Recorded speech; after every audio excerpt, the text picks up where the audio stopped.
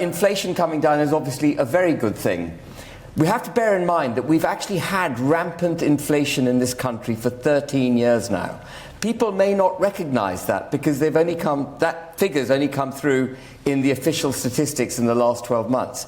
But if you cast your mind back to post the financial crisis, when money was being printed by the Bank of England to bail out the banks and to bail out those people who actually brought the economy to its knees, what that did was to push asset prices up, the price of property, the price of shares and so on, out of reach of the working and middle classes. So before the consumer price inflation that we've had more recently, we actually had rampant asset price inflation.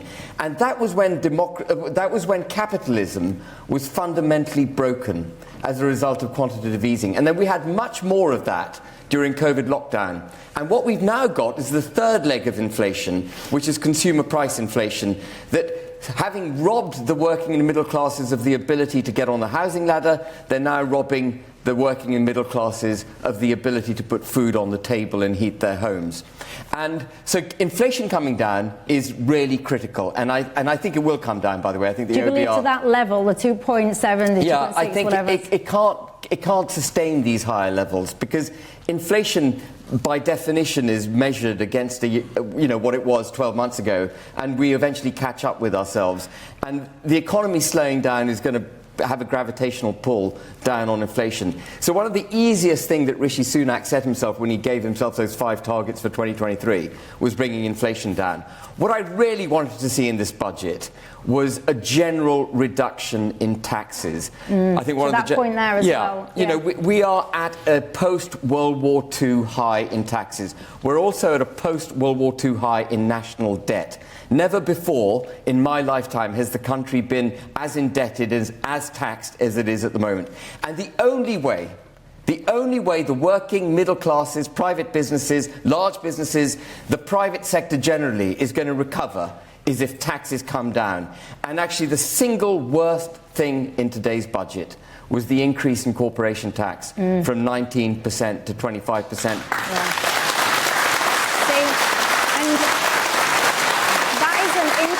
And that is one of the things that I want to get into a little bit more in detail a bit later on in this programme. I'm fascinated as well. I got a big round of applause here, so I want to get people's views on that. So we'll come back to the corp tax. Jo, your overall thoughts? Well, I thought Jeremy Hunt was a bit like a doctor doing a ward round, you know, rather soothing, awfully nice, but you felt as though he hadn't read the notes of the patients.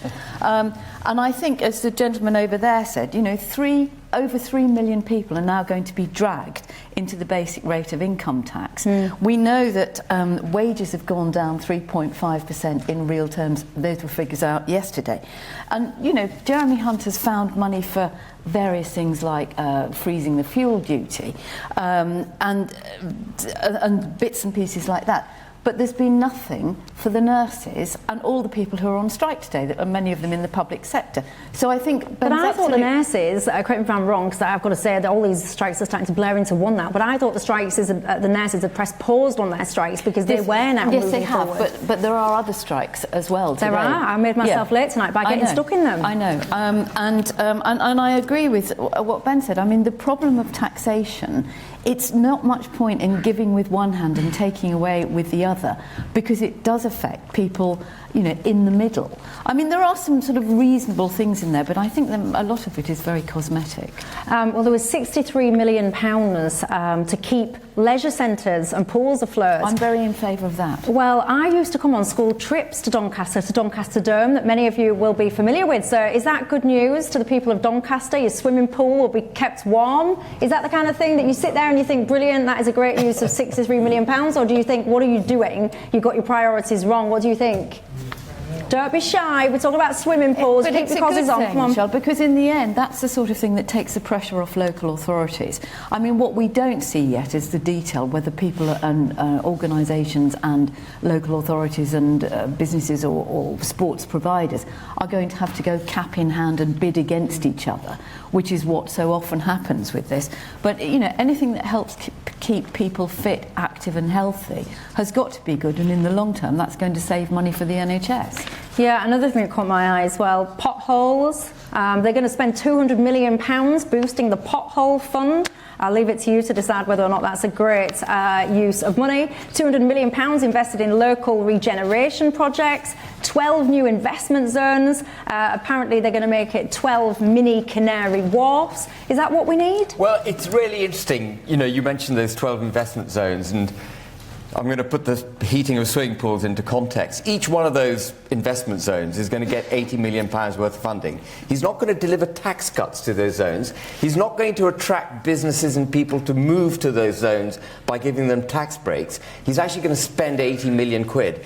And for each one of those zones, and there's one in Northern Ireland, which is a place that's close to my heart, they get 80 million quid. They're going to heat swimming pools at 63 million pounds. So what kind of levelling up is 80 million quid times 12? That's 1 billion. That sounds like a lot of money. Actually, it's a drop in the ocean. If that's their tilt towards levelling up, it's fundamentally flawed. What he needed to do was something much more dramatic, which was to make it much more cost-effective and tax-efficient for businesses to operate in areas where hitherto they've been reluctant to move.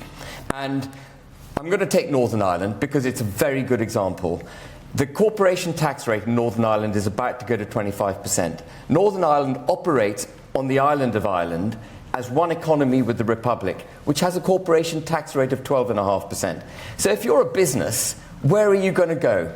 And we saw this in spades a few weeks ago. I don't know if the audience saw this in the papers, but AstraZeneca, you know, a backbone of British pharma industry, and we're proud of our research and development history in this country, has decided not to open its new facilities in the United Kingdom, but to go to the Republic of Ireland. And that should be a huge warning shot against the Chancellor's bows about what destruction his higher taxes are going to do to the country. So the £80 million spending that he's going to these 12 zones is a drop in the ocean. Yeah.